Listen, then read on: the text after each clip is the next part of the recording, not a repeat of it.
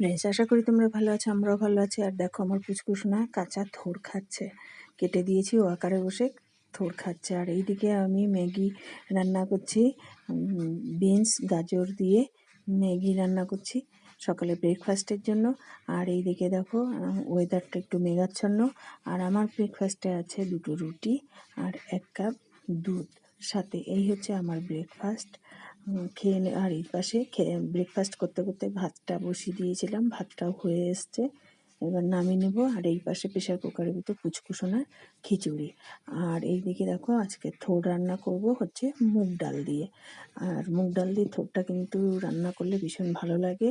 আর থোড়টা কেটে কুচিয়ে একটু নুন মাখিয়ে চটকে নিয়েছি, তারপরে কড়াইতে একটু সর্ষে আর শুকনো লঙ্কা ফোড়ন দিয়ে থোড়টাকে চিপড়ে আমি তেলের ভিতরে দিয়ে দিলাম। দিয়ে এবার ভালো করে বেশ নাড়াচাড়া করে নেব। নাড়াচাড়া করে নিয়ে দেখো একটুখানি ঢাকা দিয়ে দিয়েছিলাম যাতে নরম হয়। তারপরে দেখো নাড়াচাড়া করে এবার মুগ ডাল সিদ্ধ করে দিয়ে দিলাম। খুব বেশিক্ষণ নয়, আর এটা একদম কোনো জল চলবে না, বেশ একদম গামাখা গামাখা।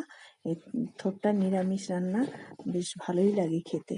আর থোড় খাওয়া তো ভীষণই ভালো শরীরের পক্ষে। আর হয়ে এসছে, আমি একটু হলুদ আর একটু চিনি ছড়িয়ে দিলাম। আর নামানোর আগে দিয়ে দিলাম একটু ঘি। ঘি দিয়ে নামিয়ে নিলেই রেডি থোড় ঘন্ট মুগ ডাল দিয়ে। আর কেমন লাগলো আমার ভিডিওটা? যদি ভালো লেগে থাকে আমাকে অবশ্যই একটা লাইক, শেয়ার, কমেন্ট ও সাবস্ক্রাইব করে দিও বন্ধুরা। আর তাহলে আজকের মতো রাখি বন্ধুরা, থ্যাংক ইউ।